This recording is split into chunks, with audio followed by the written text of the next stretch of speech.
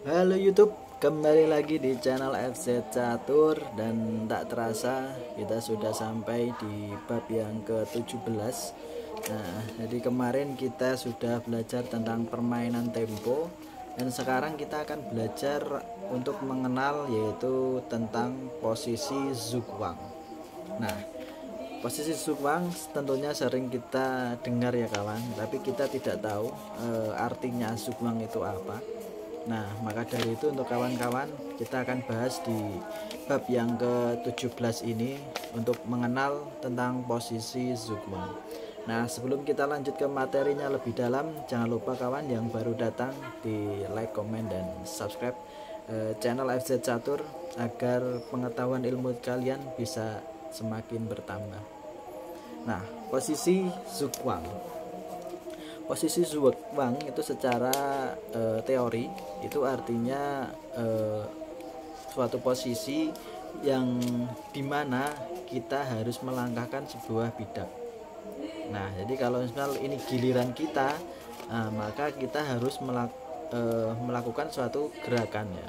Kita tidak bisa tidak bergerak, karena kalau kita tidak melangkah, otomatis jam catur kita juga akan habis. Ini akan merugikan kita. Nah, jadi kalau kalian di posisi ini tidak menggerakkan buah catur apapun, itu tentunya pasti akan merugikan kalian sendiri, karena jam kalian akan jatuh. Meskipun kalian unggul dalam bidak, semisal lawan tidak punya menteri, kalian punya menteri, kalian punya benteng 2, lawan tidak punya benteng sekali. Nah, kan tetapi ketika di posisi ini, di posisi zugwang ataupun di posisi paksaan, nah kalian harus menggerakkan bidak kalian. Jadi kalau tidak kalian gerakkan, maka jam catur kalian akan jatuh dan Anda akan kalah, meskipun kalian unggul dalam permainan ataupun unggul dalam buah catur. Nah, ini sangat merugikan sekali kawan, posisi zugwang.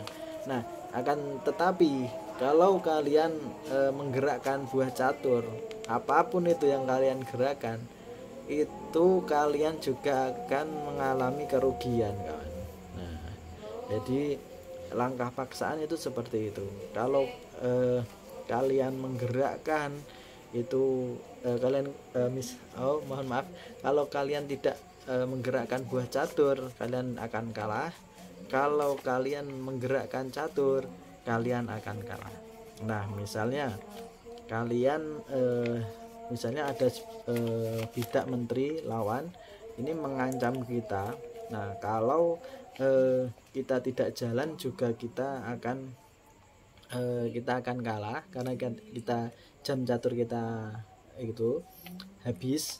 Nah, kalau kita menghindar, nah misalnya kita diancam menteri terus kita menghindar, nah kita akan kalah ya. Jadi kalau menghindar pun kalah. Nah, apabila kita ambil ataupun kita makan menteri yang kita makan, juga kita akan kalah. Nah, ini adalah langkah paksaan. Jadi ini sebuah taktik catur dimana agar lawan ini mau bergerak apapun itu kalah, tidak bergerak kalah, menghindar kalah, memakan juga kalah. Nah, ini kawan, jadi asiknya kita bermain zugwang ini seperti itu. Jadi kalau mereka tidak jalan ya kalah, mereka menghindar kalah, mereka makan juga kalah. Nah, ini langkah zugwang. Nah, langkah zugwang ini biasanya digunakan oleh pemain untuk mencapai titik skakmat. Nah, jadi mereka mengkalkulasi bisa 3 sampai 5 lebih. Mereka mengkalkulasi 3 langkah sampai 5 langkah lebih. Jadi mereka berani mengambil langkah zugwang. Nah, jadi langkah paksaan di sini artinya ketika mereka sudah mengkalkulasikan untuk mencapai skakmat. Jadi kalau untuk kita, kalau kita mengkalkulasi belum sampai langkah skakmat, nah ini belum dikatakan langkah zugwang atau langkah paksaan. Nah, misalnya untuk tadi ya, kita mengancam lawan menggunakan menteri kita. Nah, jadi ketika kita menggunakan menteri, nah biasanya untuk lawan akan menghindar. Nah, misalnya mereka diam juga akan jam caturnya kalah, terus mereka akan menghindar, ini tidak berani memakan untuk langkah-langkah sukmang ini ya. Nah, kalau mereka langkah paksaan ini, nah mereka menghindar, nah kita akan menemukan jawaban yang lain untuk mencapai skakmat. Nah, dan apabila mereka mengambil pun ataupun memakan, nah ini juga termasuk langkah paksaan. Nah, jadi kalau menghindar mereka kena langkah skakmat. Nah, kalau memakan juga ada langkah skakmat yang juga ada lanjutan ke skakmat juga. Nah, ini yang sangat berbahaya. Jadi untuk kawan-kawan apabila menggunakan langkah sukmang ini jangan sembarangan. Harus mengkalkulasikan minimal 3 sampai 5 dan harus sampai skakmat. Nah, jadi kalau misal langkah kalian belum sampai skakmat, ini belum dikatakan sebagai langkah sukmang. Nah, karena untuk langkah sukmang di sini otomatis tujuannya untuk mencapai dari skakmat sendiri. Jadi kita banyak sekali melakukan pengorbanan agar raja itu tergiring ke arah petak-petak skakmat. Nah, biasanya ini tujuannya untuk raja, penyerangan raja. Maka dari itu untuk pengamanan raja ini sangat penting sekali. Nah, biasanya di awal pembukaan kita ditekankan untuk buah ya, perkembangan buah secara cepat dan juga untuk pengamanan raja secara maksimal, sehingga kita tidak terjebak oleh posisi sukma.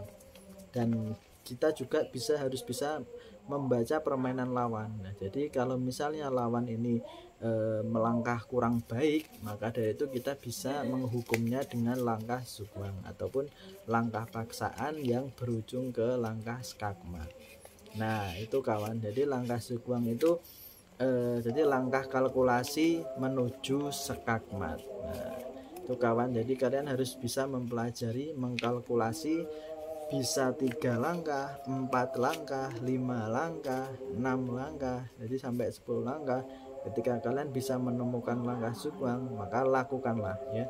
Tidak usah ibaratnya ragu untuk mengorbankan buah-buah catur kalian. Jadi posisi ini sudah pasti Anda akan menang.